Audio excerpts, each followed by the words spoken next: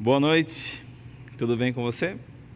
Eu espero que você esteja aí guardadinho em sua casa. Eu espero que você esteja muito bem com sua família. Talvez acho que você não passou desde quando você casou ou saiu de casa, nunca passou tanto tempo com sua família. Uma grande oportunidade é esta. Oportunidade de revermos nossos conceitos, uma oportunidade de estarmos juntos, refazendo, quem sabe, relacionamentos que estavam sendo quebrados, quem sabe o relacionamento com os filhos, relacionamento com os pais, relacionamento com a esposa, com o marido, uma grande oportunidade. Hoje, então, iremos continuar a série Parábolas de Jesus. Na última semana, nós tivemos o grande pregador, pastor Luiz Gonçalves, que nos agraciou com uma mensagem maravilhosa de salvação. Eu tenho certeza que você gostou muito, eu tenho certeza que você acompanhou. E agora iremos então continuar com essa temática tão importante sobre as parábolas de Jesus. E o tema de hoje, o joio e o trigo. E eu convido você que tem sua Bíblia nas mãos, a pegue aí na sua casa ou no celular, feche os olhos, vamos orar juntos para entrarmos nesse estudo tão importante. Grande Deus, diante da Tua palavra, nos posicionamos, Senhor, com humildade no coração, pedindo que o Senhor nos explique e nos ajude a viver uma vida, Senhor, melhor, diante da Tua presença. Perdoa, Pai, os nossos pecados e ajuda-nos a entender a Tua palavra. Derrama sobre nós o Teu Santo Espírito e nos capacita a entender, em nome do Senhor Jesus Cristo. Amém. Você tem aí? Então vamos junto comigo em Mateus capítulo 13. Você encontrou aí? Mateus capítulo 13? Então eu tenho algumas informações importantes para você. Elas vão aparecer na sua tela, então acompanhe comigo. Nós temos o título da nossa série e agora alguns dados gerais que eu quero trazer para você. Preste atenção nesses dados. A parábola do joio e do trigo, ela se encontra apenas em Mateus. Faz parte de uma sequência de parábolas. Seu tema, a sua comparação é com o reino dos céus. A audiência é muito importante, porque esta parábola, assim como a parábola do semeador de Marcos capítulo 4, ela tem uma audiência composta. Preste atenção. A audiência principal é a multidão que acompanha Cristo desde o início do capítulo 13. Essa é a audiência principal. E Jesus ali ele vai trazer muitas parábolas, mas a explicação desta parábola, ela se faz a um grupo específico, que são os discípulos. Ok? Então a parábola é dita para a multidão.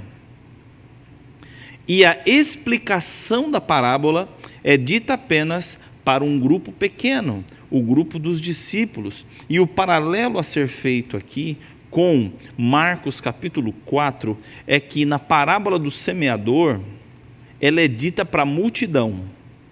Jesus não explica, mas no final, quando ele está só, vai dizer o texto bíblico, os seus discípulos e um pequeno grupo de pessoas se aproximam de Cristo e falam: Senhor, nos explique a parábola. Nós deveríamos agradecer muito a esses homens que de alguma forma insistiram a entender. Eu espero que você não faça parte da grande multidão essa que se contenta com o que não entende. Meu desejo é que você faça parte da multidão que se aproxima para entender melhor, que se aproxima para ter dos lábios de Cristo a explicação para os temas que Ele mesmo trouxe. Muito bem, vamos para a parábola em si. Eu peço a você que acompanhe a leitura, o texto vai aparecer para você aí, e vai dizer assim, olha, outra parábola lhes propôs, dizendo: o reino dos céus é semelhante a um homem que semeou a boa semente no seu campo. Mas, enquanto os homens dormiam, veio o inimigo dele, semeou o joio no meio do trigo e retirou-se. E quando a erva cresceu e produziu fruto, apareceu também o joio. Então, vindo os servos do dono da casa, lhe disseram: Senhor, não semeaste boa semente no teu campo? De onde vem o joio? E ele continua. Ele, porém, lhes respondeu: um inimigo fez isso. Mas os servos lhe perguntaram: queres que vamos e arranquemos o joio? Não, replicou ele, para que ao separar o joio não arranqueis também com ele o trigo. Deixai-os crescer juntos até a colheita, e no tempo da colheita direi aos ceifeiros: ajuntai primeiro o joio, atai-o em feixes para ser queimado, mas o trigo recolhei-o no meu celeiro. Uma parábola muito importante, muito interessante, uma parábola envolvente, onde Jesus está contando uma história. E se você acompanhar, ou se você foi curioso para começar no capítulo 13, também tem a parábola do semeador, ok? O que você acha de juntos irmos desvendando então as figuras desta parábola? Você me acompanha?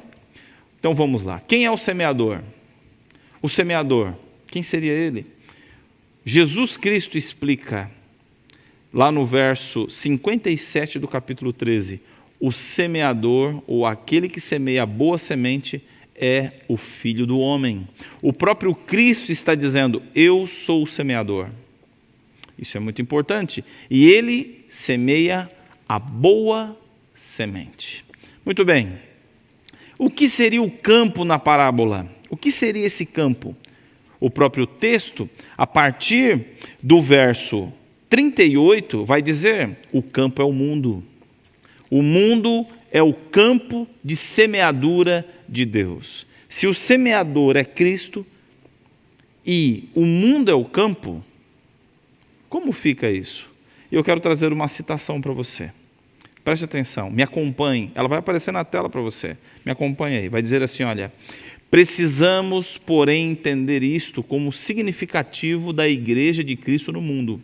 A parábola é uma descrição pertinente ao reino de Deus, sua obra pela salvação dos homens. E esta obra é executada pela igreja. Em verdade, o Espírito Santo saiu a todo mundo, opera no coração dos homens em toda parte, mas é na igreja que devemos crescer e amadurecer para o celeiro de Deus. Parábolas de Jesus, página 70.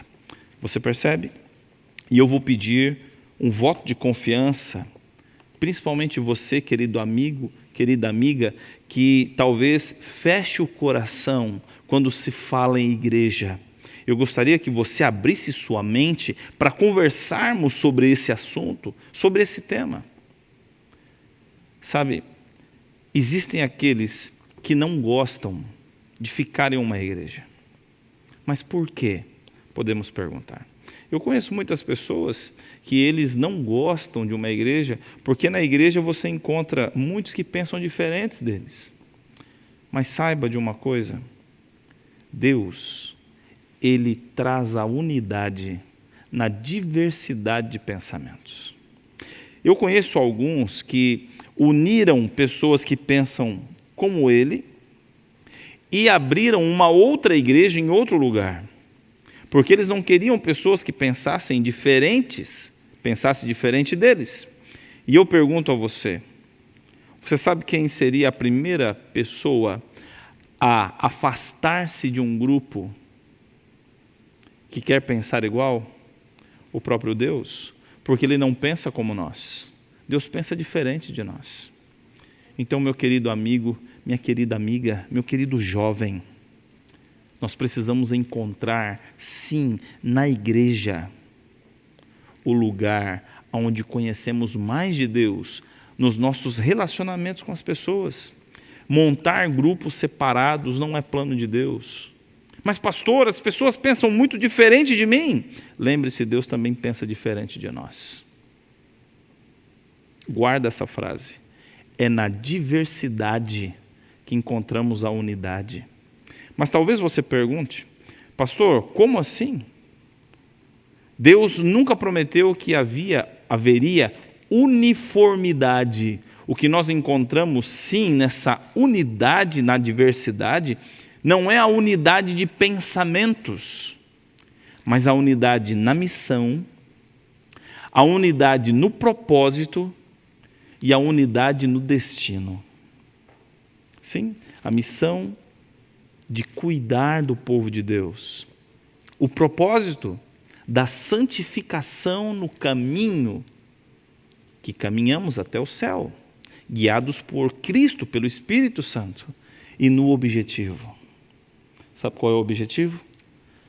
A Canaã celestial. O que causa unidade na diversidade? Este livro, a Bíblia Sagrada. É quando estudamos juntos, em comunidade. Quando nós vamos para o Antigo Testamento, ou até mesmo no Novo, a Bíblia dificilmente era estudada de maneira individual, mas ela era, sim, estudada de maneira coletiva. Outro ponto importante, a igreja não é nosso local de missão. A igreja é, sim, o nosso quartel-general, aonde, como sementes plantadas pelo grande semeador, somos adubados ao aprendermos do conhecimento que fortalece a nossa fé. Então, não deixe de ir à igreja. E eu não estou aqui me referindo a uma igreja, eu estou me referindo a pessoas. Não importa qual a sua igreja, o que eu estou dizendo é que você não deve abandonar sua igreja, seja ela qual for. Aqui usamos um canal da igreja que cuido, juntamente com o pastor Elias Brenha, da igreja adventista, mas eu também quero dizer a você que é de outra, que frequenta outra igreja, que tem uma placa com um nome diferente, não deixe de congregar, não deixe. Você vai entender mais um pouco daqui a pouquinho. Nós temos mais uma afirmação de Cristo, desvendando. Quem é então a semente, a boa semente? Veja, a própria Bíblia vai nos trazer que a boa semente são, sim, os filhos do reino. Isso ainda está no verso 38, do mesmo capítulo 13. E no livro Parábolas de Jesus, na página 70, vai nos dizer que a boa semente são os filhos do reino. A boa semente é você e sou eu. Você e eu. Sim, será, pastor? Vamos analisar um pouco mais? Acompanhe comigo, acompanhe o raciocínio junto comigo. Veja o seguinte, eu quero trazer para vocês pessoas que a Bíblia traz como nascidos da verdade. E eu gostaria que eu quero que você acompanhe comigo. O primeiro deles é Abel, o justo. Abel foi aquele que, independente das consequências, escolheu fazer o que é correto. Independente das consequências, escolheu fazer o que era correto. Deus pediu uma forma de adoração. Abel, sem discussão, ofereceu o que Deus lhe pediu. Morreu fazendo o que era correto. Nasceu da palavra. Independia da influência do irmão mais velho, ciumento. Abel fez o que era correto. Eu quero falar um pouco de Noé.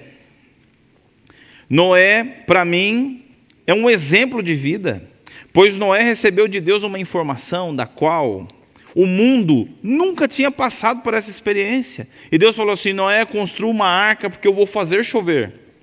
Mas nunca tinha chovido. Noé empreende todos os seus bens em um projeto que só Deus sabia que ia dar certo. E ele fez, não porque sabia, ou melhor, ele sabia porque Deus trouxe a ele. Mesmo com as pessoas o chamando de louco, mesmo sem ter, quem sabe, o apoio de toda a família, mesmo sem ter todas as características que isso aconteceria, Noé fez o que Deus disse em meio a um mundo corrupto. Noé era um homem nascido da palavra, era a boa semente. Abraão, Deus pede a ele o filho, tudo o que ele tinha, o filho que ele esperou por quase 20 anos. Abraão, em nenhum momento, questiona Deus. Porque Deus não pediu simplesmente o filho, Deus pediu tudo. Porque tudo que Abraão tinha, ele tinha colocado sobre o filho. Sabe, talvez você tenha também que entregar o seu Isaac para Deus. E o seu Isaac sejam suas finanças, o amor a elas, o amor aos seus bens, o amor às coisas materiais. Talvez esse seja o Isaac que você precisa entregar. Abraão não vacilou em entregar o que Deus pediu, mesmo que fosse algo fora do comum. Mesmo que fosse algo fora do comum. Outro, José. Admiro muito José. José é um jovem que ele decide ser fiel a Deus num ambiente onde Deus não era apreciado, adorado nem respeitado. José, quando chega no Egito, mesmo naquela cultura aonde, quem sabe, o adultério não fosse tão mal assim, e ele poderia ali, através da oferta da esposa de Potifar, ter aceitado, pois estava longe do seu povo, estava longe do seu pai, estava longe dos seus irmãos, estava longe da família, ninguém ali conhecia a religião do seu Deus. Mas José foi fiel em um ambiente infiel. As pressões sobre José era para que ele se adequasse à cultura. E eu falo aqui a você, jovem, que precisa receber de Deus o poder que José recebeu, para ser fiel longe da casa dos seus pais, para ser fiel longe da igreja, para ser fiel mesmo com os amigos que não são da mesma fé que você. Sabe, Deus talvez não te dê forças para resistir à tentação, como não deu a José. Porque Deus não deu forças para José resistir, Deus deu forças para José correr. E quem sabe a melhor forma de você se manter fiel em um ambiente cruel e infiel, seja correndo das tentações, assim como José correu, lutando não apenas contra a tentação, mas contra a sua própria natureza pecaminosa. Eu me lembro também de Maria, uma jovem, vão dizer os teólogos, que essa jovem, Maria, ela tinha, quando recebeu a visita do anjo Gabriel, entre 14 e 16 anos, era uma adolescente, não era uma mulher madura. E ela sabia muito bem o significado de aceitar uma gravidez fora do casamento. Quem acreditaria numa adolescente que, com a barriga já, quem sabe, um pouco mais acentuada, poderia dizer, é do Espírito Santo? Maria, ao aceitar o que Deus propõe para ela, sabe que junto com isso, viria o escárnio, a vergonha, as pressões, as fofocas. Mas ela estava disposta a aceitar por obedecer o que Deus lhe pediu. Sabe, infelizmente muitos se escandalizam quando são envergonhados na igreja ou nos grupos sociais que participam. Parece que a dor maior não é a descoberta do erro, mas a dor de um orgulho ferido. Maria foi uma mulher nascida de Deus, trigo, boa semente. Também me falo dos 11 discípulos. Imagina, eles não eram ignorantes com respeito a Cristo. Não, eles já eram seguidores de João Batista. E João Batista já havia falado do Cristo muitas e muitas vezes. João Batista não defendia uma fé, uma religião, tanto que o seu auditório era o deserto. João Batista não pregava dentro da cidade, ele pregava fora. E as pessoas iam até João Batista para poder ouvir a verdade de Deus. E esses homens ouviram, e quando Jesus veio, eles viram nas provas das características da vida de Cristo que ele era o Messias esperado. Em momento nenhum você encontra Jesus, em momento nenhum perdão, mas a partir do momento da conversa de Jesus com Pedro ali, a partir de Mateus capítulo 13,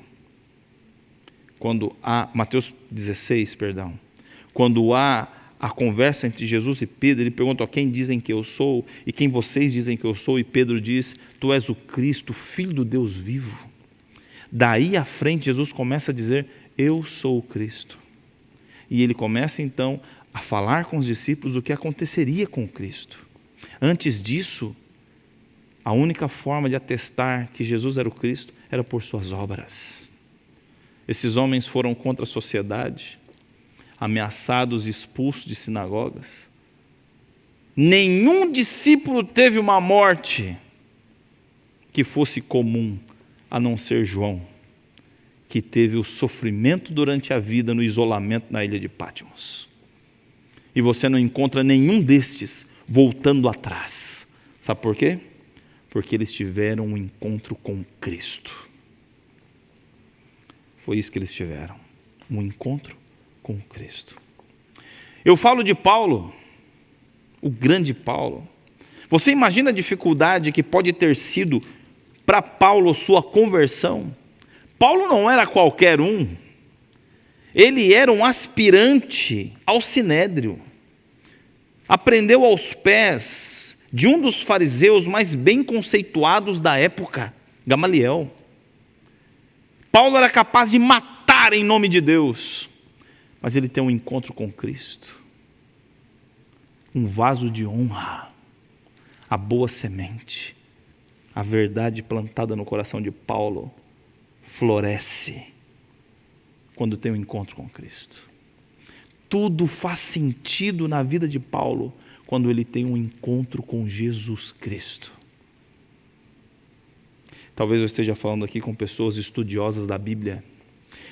Esteja falando com pessoas que têm visitado igreja após igreja, canal pós canal, perfil pós perfil, procurando uma verdade, apesar de um grande conhecimento. E eu oro para que você seja uma joia rara como Paulo. Porque no dia, meu amado amigo e amiga, que você tiver um encontro com Jesus Cristo, então sua vida fará sentido. Nós encontramos na transformação desse homem alguém que estaria disposto a matar por Cristo, mas quando se converte, ele está disposto a morrer por Cristo. E você? Lutero, um homem que enfrentou a igreja, que trazia para si a qualidade de ser a porta até Deus. Lutero tem acesso à Bíblia Sagrada, e quando ele tem acesso em seu doutorado, ele encontra Cristo, que planta a boa semente do Evangelho no coração dele.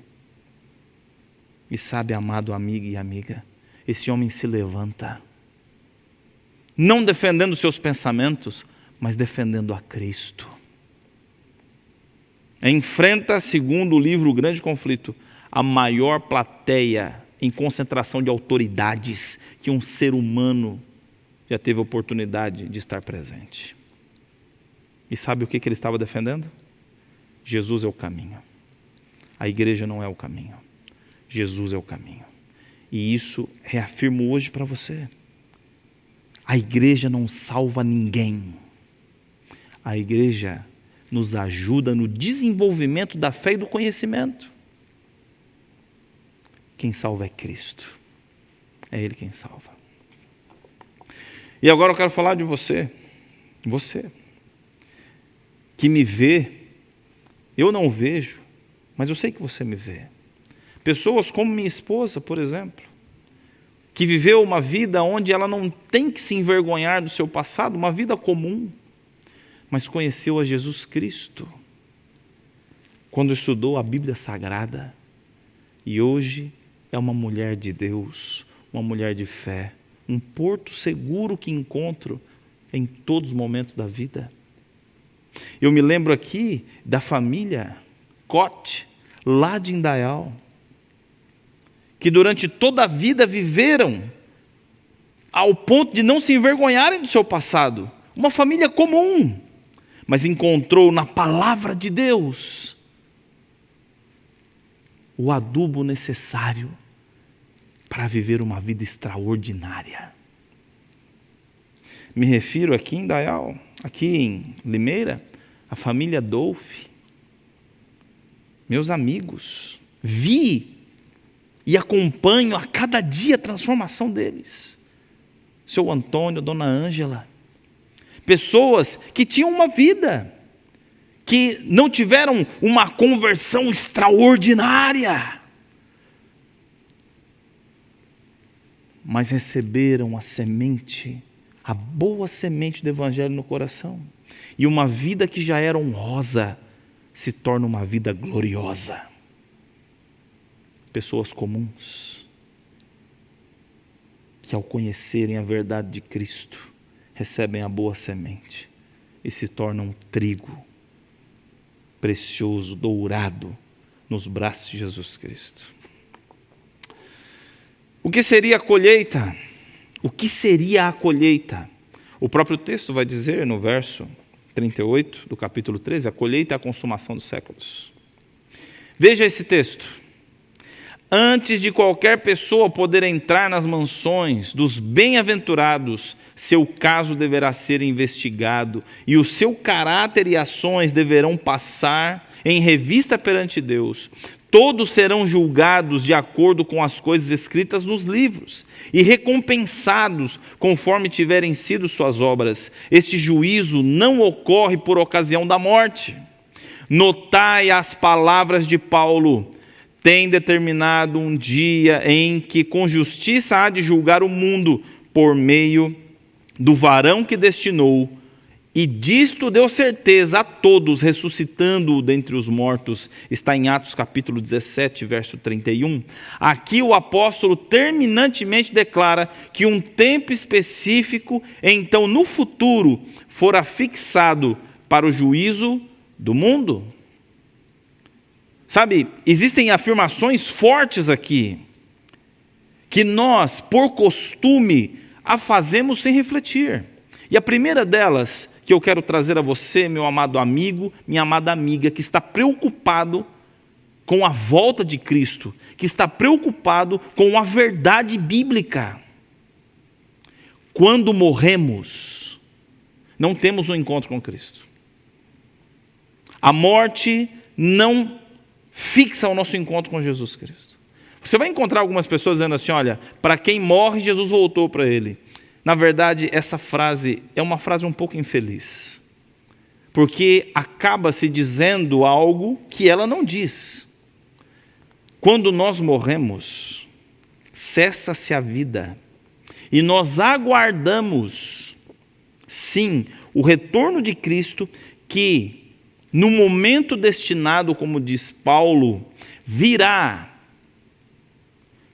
e todos, justos e injustos, irão estar diante do tribunal de Deus.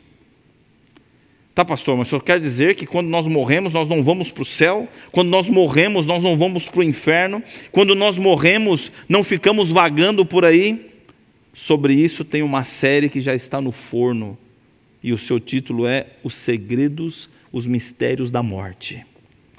Então eu não vou entrar nesse assunto agora, porque nós vamos ter uma série só sobre isso. Só sobre o que acontece, o estado do homem na morte. Mas eu quero que você entenda, quando você morre, há um estado de inconsciência. E você ali não tem um encontro com Cristo. O encontro será no futuro, no dia determinado por Deus. Haverá um dia em que todos nós estaremos diante do tribunal celeste de Deus. E este é um dia que não há, de nenhuma forma, de fugirmos dele. Nenhum dia. Não há nenhuma forma. Talvez você agora esteja assim se perguntando: pastor, o senhor falou sobre o trigo, falou sobre o joio, a consumação dos séculos, então aqui a colheita será o período final. Sim, mas olha a afirmação que Cristo faz: deixe-os crescer. Essa afirmação me faz pensar. A colheita, ela não é feita no início da semeadura. Isso é coisa lógica. A colheita é feita quando o que foi plantado está maduro. Então, meu querido amigo, minha querida amiga, a colheita, a consumação final será feita quando o mundo estiver maduro. E você sabe qual é o sinal de quando o mundo estiver maduro? Você não pode perder. Fica aí, não sai daí que a gente já vai conversar sobre isso. Nós já vamos conversar sobre isso. Quem seriam então os ceifeiros? Quem são os ceifeiros? No próprio livro, no próprio Evangelho, Mateus capítulo 13, nos versos 41 e 42, o próprio Cristo vai dizer que os ceifeiros são os anjos. São os anjos que ajuntarão do seu reino todos os escândalos e os que praticam a iniquidade e os lançarão na fornalha acesa. Ali haverá choro e ranger de dentes. Você percebeu, eu não sei se você já percebeu, mas vem um ponto nesses textos, nesses estudos que eu gosto, particularmente gosto muito. Tanto o trigo quanto o joio, não há ação mencionada deles no período da semeadura ou da colheita. Você percebeu isso? O joio não tem uma ação sobre si mesmo. O trigo não tem uma ação sobre si mesmo. Você percebeu que a semente é semeada, o trigo é semeado, o joio é semeado. E no final da colheita, o trigo é colhido. O joio é colhido. Isso quer dizer que a ação de colheita não é causada pelo homem. Ela é causada por Deus. Nós vivemos hoje uma vida passiva diante do julgamento de salvação ou perdição, porque esse julgamento será feito sobre nós e não de nós para os outros. Mas sobre isso a gente vai conversar agora. Principalmente porque nós teremos, você vai ter aí na sua tela agora, quem é o joio. Acompanhe aí comigo. E isso está escrito aqui no verso 39. Vai dizer assim, olha, os joios são os filhos do maligno. O inimigo que o semeou é o diabo. Isso não sou eu que estou interpretando, não é nenhum outro livro que traz essa informação. É o próprio Cristo explicando para os seus discípulos que pediram uma explicação da parábola. E Jesus é direto em dizer, o joio são os filhos do maligno. O inimigo que o semeou é o diabo. Eu não sei se você percebeu isso, mas eu quero compartilhar com você. A boa semente são os filhos do reino. Nós vimos isso. A boa semente são os filhos do reino. E eles são semelhantes ao seu semeador, a Cristo. O joio são os filhos do maligno. E eles são semelhantes a quem o semeou, o inimigo, o diabo. E talvez você fale assim, pastor, podemos identificar o joio? Podemos. Podemos sim. Porque se os filhos do reino são aqueles que são semelhantes ao seu semeador, a Jesus Cristo, é só vermos quais são as ações de Cristo. Ações salvíficas, ações de compaixão, ações de amor.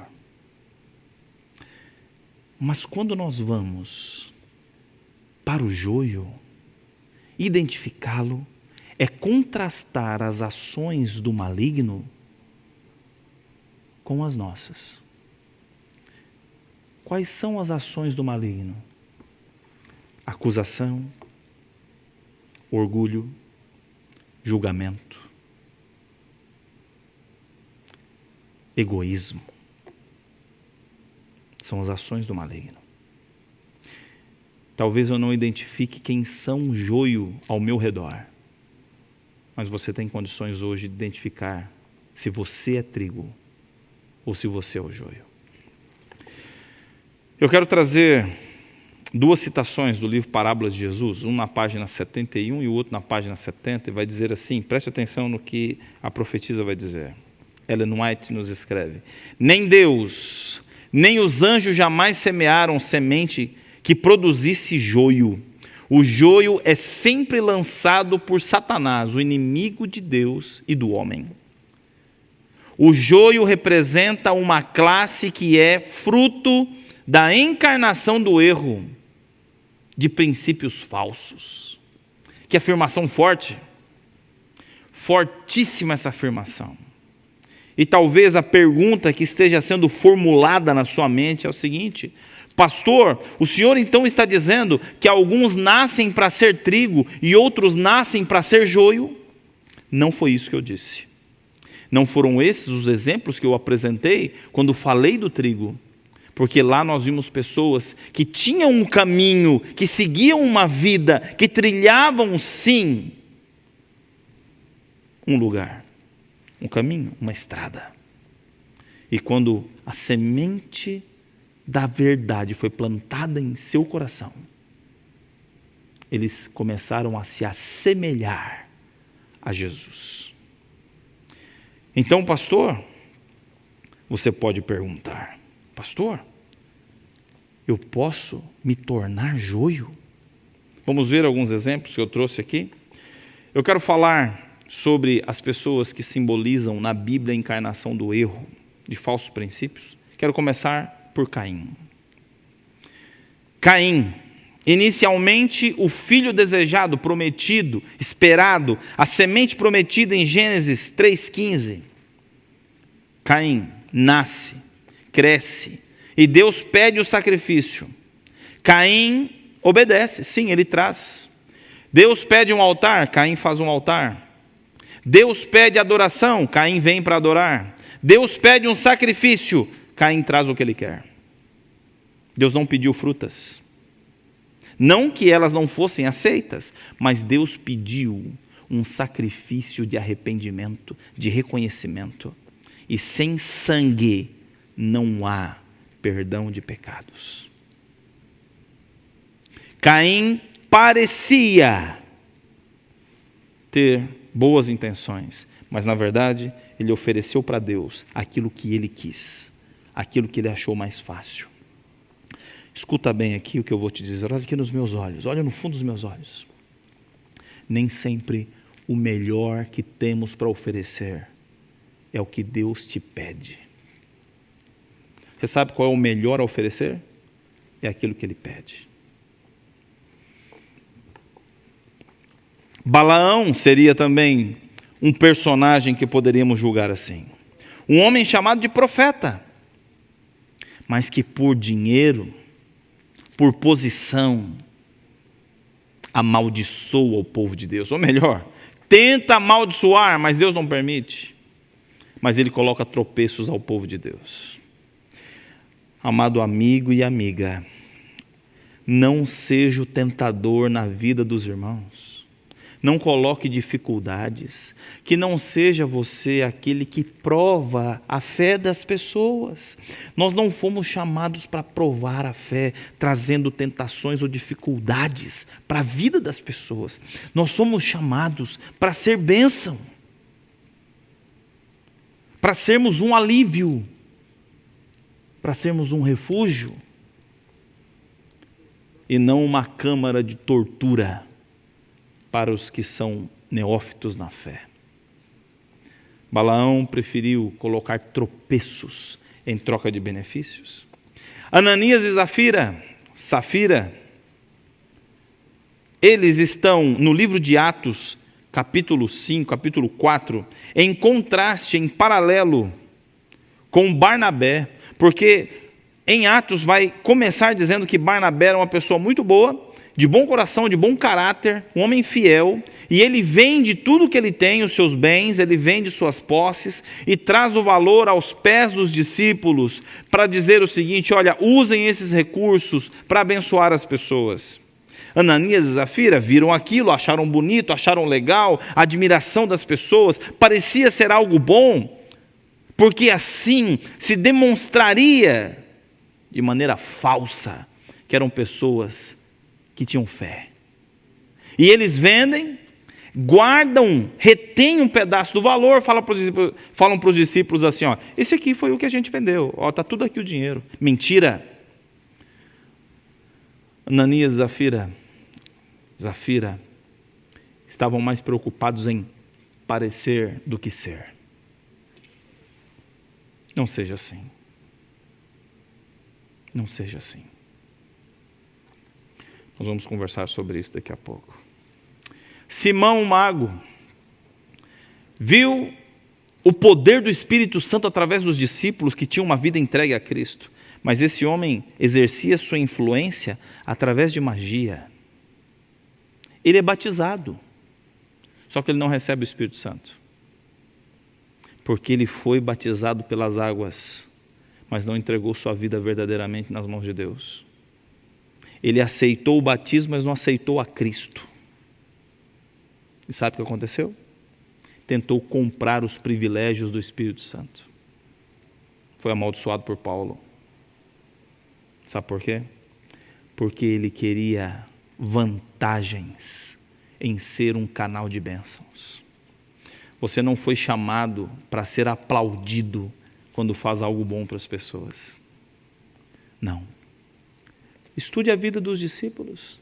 Paulo pregava a verdade e ganhava pedrada. E nós queremos pregar a verdade e ganhar palmas. Talvez como Simão. Demas é um que lá no livro de Timóteo, onde Paulo escreve para Timóteo, ele fala assim, Timóteo, vem logo aqui me ver, vem ficar comigo, porque Demas me abandonou. E Demas é chamado de cristão. E na hora do aperto, Paulo vai dizer assim a Timóteo, olha, Demas amou mais os prazeres desse mundo, Demas amou mais o presente século e me deixou sozinho. Agora, jovem, é para você que eu quero falar. Não tente comparar as bênçãos do céu com o que o pecado oferece a nós. É incomparável as bênçãos celestes com os prazeres da carne. Incomparável. Porque os prazeres da carne te levarão à perdição. Não dá para comparar. As lutas que o céu nos traz contra nós mesmos nos trazem a salvação. Judas Iscariotes viveu com Cristo, ouvia da boca do Criador do mundo, do universo, as verdades, mas conseguiu continuar amando as benesses do poder mais do que o sofrimento do sacrifício pela vida dos outros. Sabe, esses homens, eles não nasceram joio,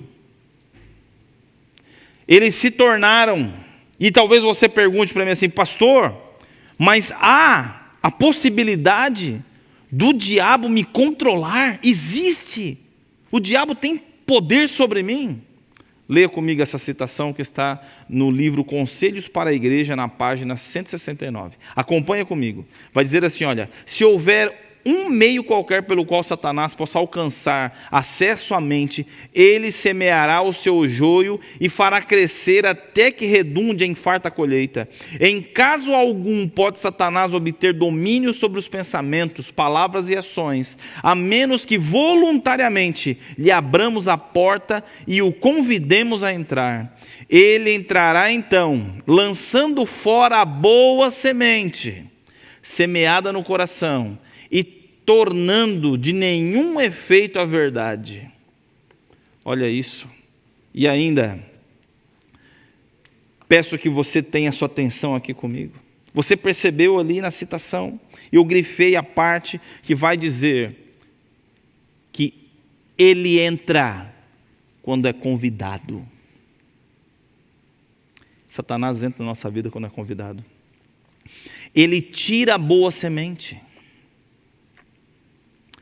Ele remove a semente do Evangelho. Sabe o que eu quero dizer? Quero dizer a você que As pessoas não são ignorantes quando deixam Satanás entrar. São pessoas que já receberam a semente da verdade. São pessoas que já receberam a semente do Evangelho.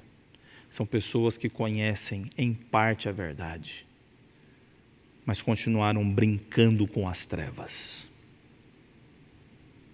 passando a noite, expondo sua mente e o seu coração a coisas que não são de cima, as coisas que são do mundo. Talvez você ache estranho isso que eu vou te dizer, mas escute bem. Seja seletivo com o que você assiste, meu amado, por favor.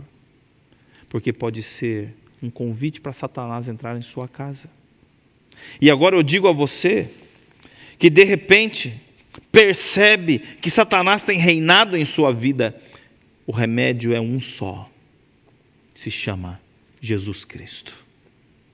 Talvez eu fale agora com pessoas que reconheçam que perderam o controle sobre sua crítica, sobre a sua língua, sobre o seu julgamento, sobre o seu apetite, sobre suas vontades. E eu digo a você que o nome de Cristo pode livrá-lo disso. Diga em alta voz esse nome, Jesus Cristo. Diga, porque os demônios tremem ao ouvir esse nome. Peça a Ele que semeie novamente a semente da verdade no seu coração e retire de uma vez por todas a semente do pecado, o joio. Tem mais um texto. Esse é muito forte, então se prepare. Prepara o coração. Vai dizer assim, olha: muitos que se julgam cristãos serão finalmente achados em falta. Haverá muitos no céu, os quais seus vizinhos supunham que lá não entrariam. O homem julga segundo a aparência, mas Deus vê o coração. Aqui, meu amigo, não tem a ver com o que você parece. Tem a ver com quem você é. Com quem você é. Vivemos num mundo de aparência, eu tenho repetido isso todos os domingos. Mas Deus vê o coração. Por que não arrancar já essa semente do mal? Essas pessoas que criticam, essas pessoas que ferem a igreja de Deus. E Jesus diz: deixa-os crescer juntos até a colheita. Haverá um dia de ser arrancado. Eu quero trazer para você mais 2, 3 citações. Preste atenção, porque nós não devemos hoje expulsar as pessoas que não têm ainda a semelhança de Cristo. Preste atenção. Vai dizer assim, olha, na parábola do trigo e do joio, vemos a razão de o joio não ser arrancado. Era para que o trigo não fosse desarraigado também com o joio. A opinião e o juízo humanos ocasionariam graves erros, mas para que não se cometesse um erro, em um simples haste de trigo fosse desarraigada, diz o mestre, deixai crescer ambos juntos até a ceifa. Então os anjos arrancarão o joio, que será destinado à destruição, conquanto com as nossas igrejas, que pretendem crer em verdades avançadas, haja pessoas em falta e erros, com o joio em meio ao trigo. Deus é longânimo e paciente. Ele reprova e adverte o errante, mas não destrói os que são vagarosos em aprender a lição que lhes quer ensinar. Ele não desarraiga o joio do meio do trigo. O joio e o trigo devem crescer juntos até a ceifa. Quando o trigo chegar ao seu completo desenvolvimento pelo caráter que apresentam, quando amadurecido, ele se distinguirá perfeitamente do joio. Você percebe? Hoje nós não deveríamos tirar ou deixar de aceitar as pessoas diferentes na igreja. Mas pastor, olha lá o jeito dela, olha como ela se veste, veja como ela anda, veja como ela utiliza as cores. Essa pessoa é uma pecadora, é um pecador. Meu amigo, não há outro lugar de mudança para um pecador do que a igreja. Não há outro lugar. Mas eu quero te fazer mais uma pergunta. Que lição podemos tirar dessa parábola? Eu peço que você acompanhe essa citação do livro Igreja Remanescente, página 42. A lição dessa parábola é ilustrada pelo proceder de Deus para com os homens e os anjos. Satanás é um enganador. Ao pecar ele no céu, nem mesmo os anjos fiéis reconheceram plenamente seu caráter. Esta é a razão, porque Deus não o destruiu imediatamente. Se eu tivesse feito, os santos anjos não teriam percebido o amor e a justiça de Deus. Uma só dúvida quanto à bondade de Deus teria sido como uma semente que produziria o amargo fruto do pecado e da desgraça. Deus teve paciência. Ele teve paciência com o inimigo no céu, quando começou a trazer dúvidas. Deus não o destruiu, porque é necessário que o fruto amadureça para ser colhido. Em nenhum momento da parábola diz que o trigo julgaria ou arrancaria o joio, e nem diz que o joio arrancaria o trigo. Essa é uma ação ativa de Deus, passiva da nossa parte. Não expulse os irmãos da igreja. É lógico que escândalos devem ser acertados. Quando ele foi batizado, ele fez um voto. Por isso que o batismo tem que ser público, porque o voto é público. E quando de maneira pública ele quebra esses votos, a igreja se manifesta como comunidade, dizendo para ele: isso que você fez não foi certo. E então são aplicadas sim as disciplinas. E a última delas, a remoção. Mas a remoção do rol de membros da igreja não quer dizer que ele foi removido do livro da vida. Não podemos dizer que esse perderá ou esse salvará. Isso é uma ação ativa de Deus, passiva do homem. Uma das últimas citações que uso essa noite com você. Na parábola de Cristo não nos é ensinado que julguemos e condenemos a outros. Antes sejamos humildes e desconfiemos do eu. Nem tudo que é semeado no campo é bom trigo. O estarem os homens na igreja não prova que são cristãos.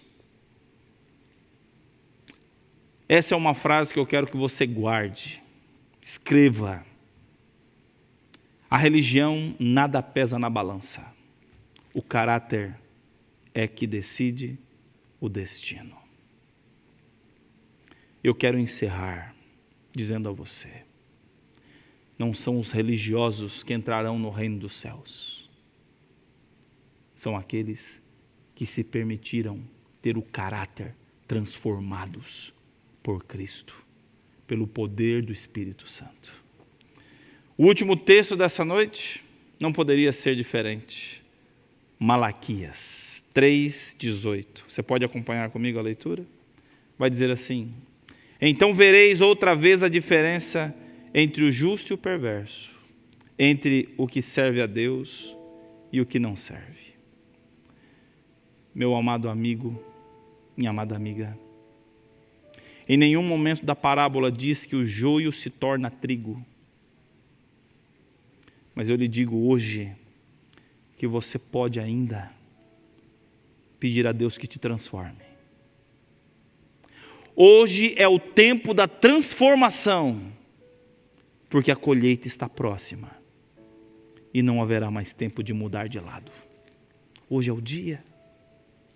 Se você se sente preso, se você se sente presa nas garras de Satanás, clame pelo nome de Jesus Cristo e Ele te libertará. Ele te salvará. Ainda existe graça. Ainda existe graça. Não deixe para amanhã. Aproveite a atual situação para colocar sua vida em dia com Deus. Pare de comer o que você sabe que está errado. Pare de beber o que Deus disse que não é para fazer. Seja fiel à sua esposa. Não acesse canais indevidos.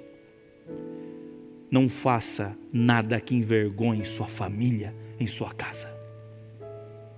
Clame pelo nome de Cristo, porque hoje ainda existe graça. Quero orar com você. Feche seus olhos. Grande Deus, ajuda-nos, Senhor, a não sermos mais joio. Arranca, Senhor, a semente do joio do nosso coração, o Senhor, e planta, Senhor, a boa semente, o trigo. Infelizmente, ó Pai, nem todos irão resistir, nem todos irão desejar. Mas alcança, Senhor, os puros e sinceros de coração, para que possamos, em nome do Senhor Jesus Cristo, viver uma vida digna à altura do chamado que temos de Ti e sermos chamados filhos do céu, filhos de Deus. Senhor Deus, tem misericórdia de nós e ajuda-nos a viver sabendo que a graça ainda está disponível. A colheita virá, mas ajuda-nos a viver ainda na Tua graça. Alcança-nos, muda-nos, transforma-nos e nos liberta do mal. Em nome de Jesus. Amém. Próximo domingo, é o nosso último encontro com esse tema. Eu te espero lá. Que Deus te abençoe grandemente. Faça seus comentários. Quando terminar esse culto, eu vou correndo lá para ver seus comentários no Facebook, no YouTube. E eu quero conversar, quero interagir com você. Que Deus o abençoe. Até semana que vem.